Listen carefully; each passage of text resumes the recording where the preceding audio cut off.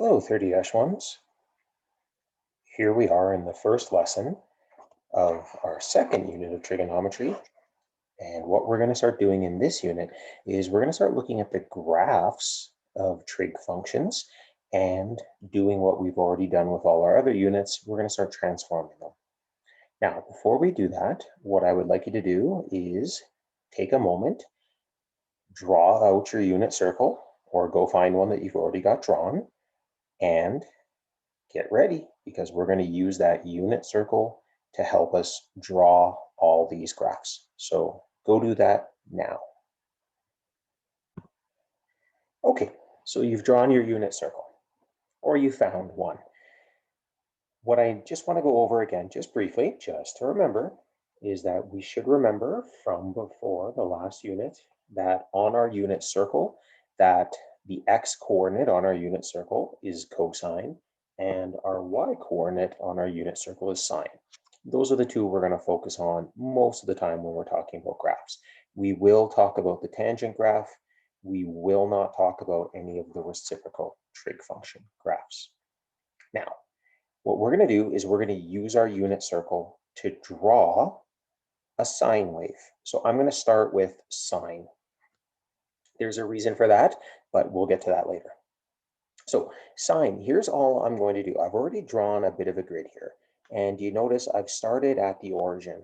Well, that's at 0 degrees. So our x-axis here is our angle.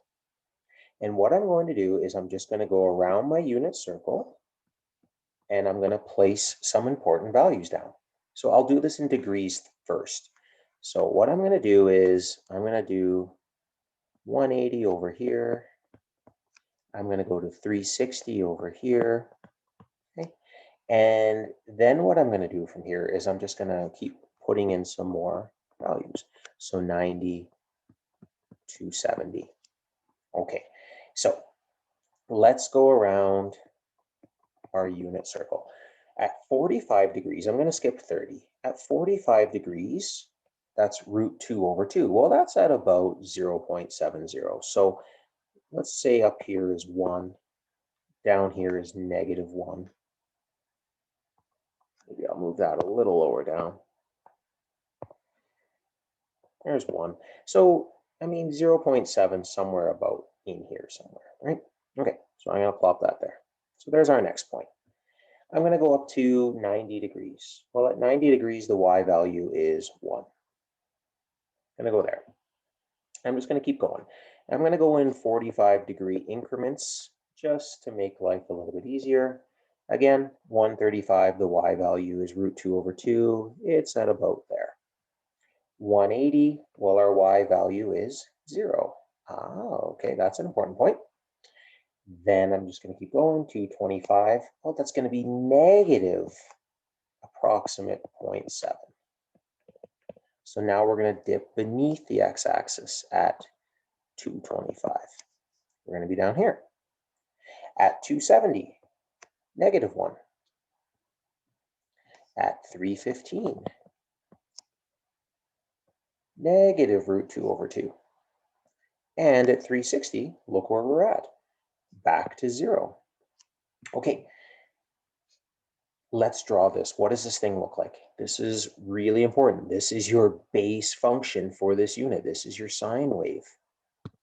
So a sine wave looks like this. It's nice and smooth, okay? So it's not jagged like an absolute value graph. It looks like that. Now, what I've drawn there is just 0 to 360. But we know from the first unit, we can just keep doing laps around this thing, can't we? So really what I want you to think is this thing keeps going like that in that direction, and this end is going to keep going down like that. Okay, this is what's known as a periodic graph. It repeats. It has a pattern. So in a hockey game, a period is 20 minutes. We repeat every 20 minutes. On a trig graph, I'm going to say we repeat every 360 degrees, or 2 pi for sine and cosine. This is your graph of y equals sine x. Now, what I'd like you to do is grab your graphing calculator. make sure you're in degree mode because that's the mode we're in right now. So go check my mode. Okay, good, I'm in degree mode. I'm used to being in radians, so that's good. Okay, I'm gonna go to y equals, clear out anything I have, and let's graph this. This was sine x, and I'm gonna close my parenthesis there. Now, before I hit enter, what I'm gonna do is I'm gonna go and I can go to my window settings. They're all messed up, but for a trig graph, a basic trig graph, I actually want you to go to your zoom button. And you see at number 7 on mine, it says zoom trig. Enter. And there we go. Look at that. It just graphed exactly what we did, just that it went a little bit into the negative angle direction. There is your basic sine graph that I need you to know.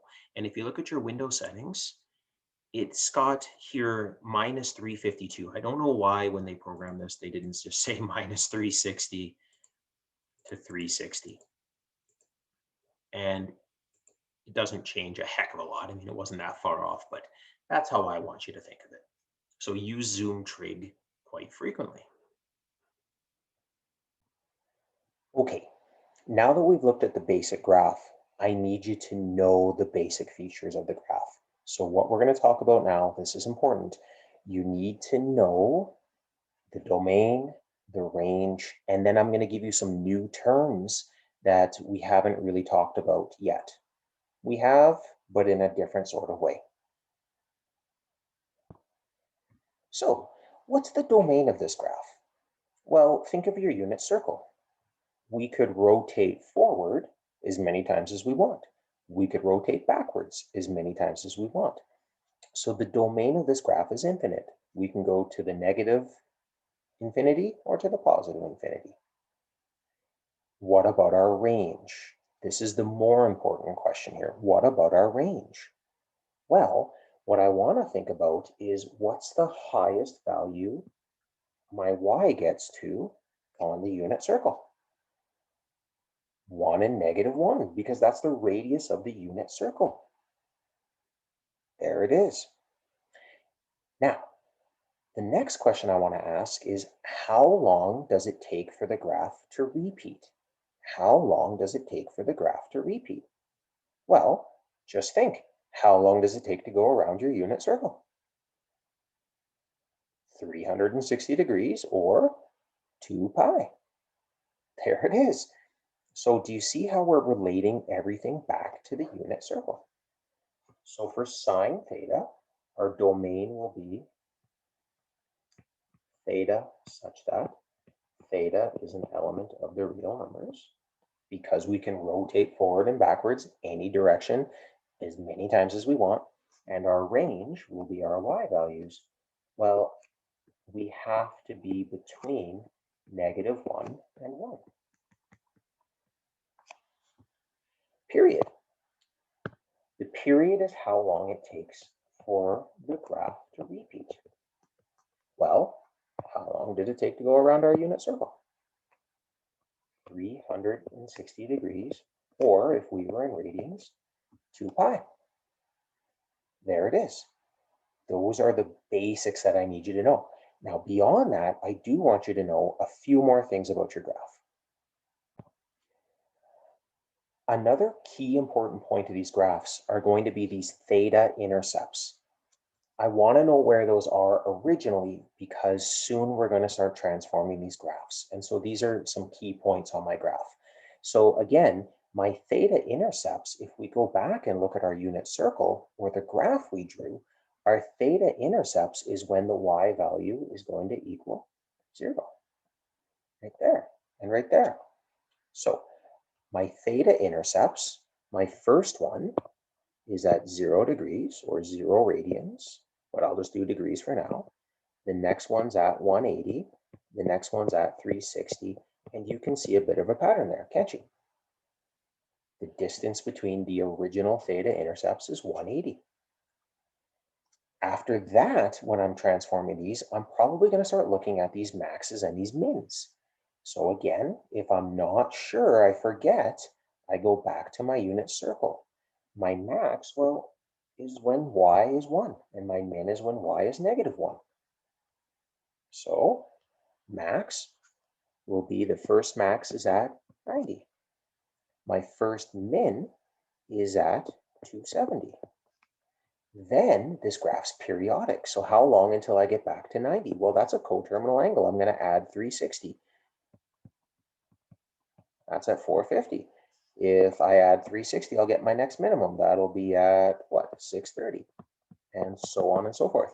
And again, for all of these, the theta intercepts the maxes, the mins. We could also go backwards into the negatives, which we are certainly going to do. Here is the basics of your sine graph. All right, now that we know sine, let's take a look at cosine. Cosine are the x-coordinates off our unit circle. So I'm going to do the exact same process. I'm going to draw it on the same graph as sine x, or sine theta, I should say, so you can see it. So again, I'm just going to start right here at 0 degrees. Cosine is my x value. So I'm going to be at 1. I'm going to maybe just skip around a little bit here. I'm going to go to there, and then I'm going to go to 45 again. Hey, we know that's at root 2 over 2, which is approximately 0.70. So we're going to be there. And I'm just going to keep going around my unit circle. At 90 degrees, I'm at 0. At 135, I'm at negative root 2 over 2. At 180, I'm at -1. I'm at my minimum. At 225, I'm at negative root 2 over 2. Do you see the graphs intersect at that moment? At 270, I'm back at a theta intercept. And back to 360, guess where we're going to be? We're going to be back, oh, I missed one, back at 315, root 2 over 2. And back at 360, we're back at a max. Again, let's draw this thing. It's nice and smooth. This is important. You don't draw it like a sharp V. Has to look like that. In fact, we had this question as a written on the diploma, and you had to make sure it was a nice smooth curve, and you had to show me that it changed concavity like it did right there. There, my friends, is y is equal to cos theta. You could go and graph that in your calculator again if you would like. It's the same idea. What do you notice about the two graphs? Well, I hope what you notice is the two graphs are essentially the same, just it looks like they've been moved sort of left or right, depending on which one you're looking at, to get the other graph. That's exactly it. These graphs are essentially the same. They're just horizontally translated from each other. So a lot of times, what we'll end up doing, especially when we get to applications, is we'll describe these graphs as sine theta. Really, sine theta could be cos theta. They're just horizontal translations from each other. All right, let's go and talk about the same thing we did with sine. Let's go and talk about the domain, the range, the theta intercepts, all this other good stuff. The domain will be the same as the sine graph. Again, think of the unit circle. Rotate forward, rotate back as many ways as times as you want. Range, same. Minimum's -1, max is 1. Period, same. 360 or 2 pi. Nothing to it. What's going to change is where our theta intercepts and our maxes are. So again, if I forget, I either graph it in my calculator or I go to my unit circle and I say, okay, let's do theta intercepts. That's when my x coordinate would be 0. So at 90 and at 270.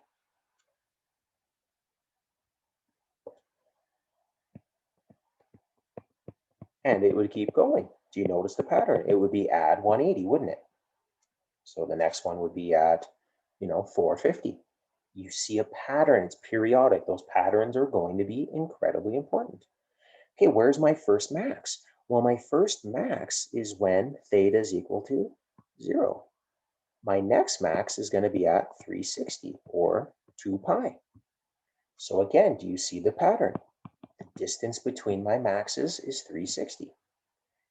My first min, well, my first min is going to fall directly between a max. Halfway between two maxes is going to be a min. And then these things are going to continue repeating. It's going to be 360. So the next one would be at 540.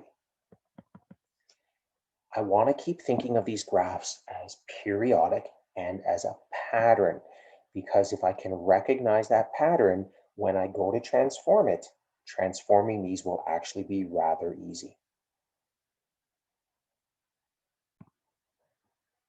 Now that we know what the basic graph of a sine or a cosine graph looks like, what we need to start talking about is the transformations of these things. Here's our general form of a transformation.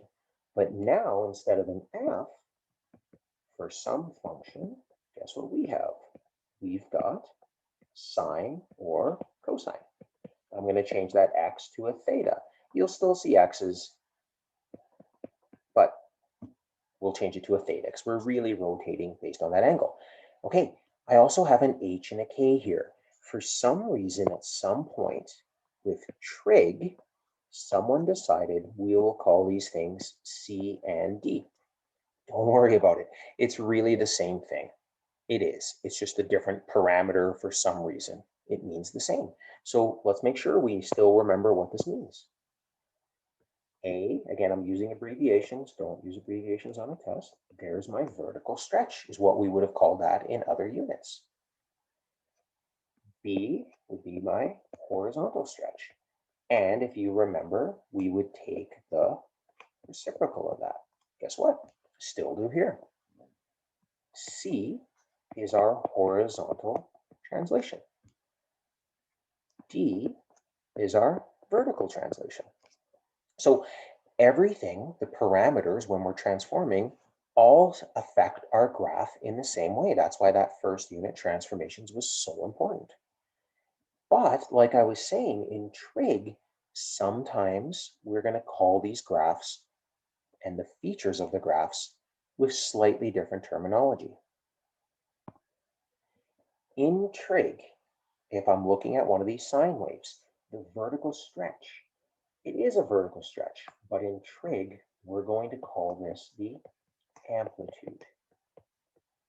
The amplitude is how much our graph will rise and fall, how much it varies from the middle of our graph. Well, where's the middle of our graph? Well, this will be our vertical translation. This will be the middle of our graph. Now, there's several ways to call it. We could call it the median line. Think of the middle of a road. It's the median. It could be called the midline, like that. How I'm going to refer to it a lot is I'm going to refer to it as the average. It's the average of my max and the average of my min. So the vertical translation, we just give it a slightly different name. Horizontal stretch. Well, this is still a horizontal stretch, but what we're going to talk about in the next video is how this relates to the period of our graph. And a horizontal translation, you may hear the term phase shift. If you've done some science classes, right, you might have already heard a bunch of these terms. So there's where we're going to go with it in the next lesson. In the next lesson, we're not going to go too far. We're simply just going to talk about these two values. And then the lesson after, we'll talk about C and D, the phase shift and the vertical translation, the midline or the median line. This is complicated. Graphing these is complicated, so we'll take our time. Okay, there's your basics for this one. Hit pause, take a breather. Second video, we'll go into A and B.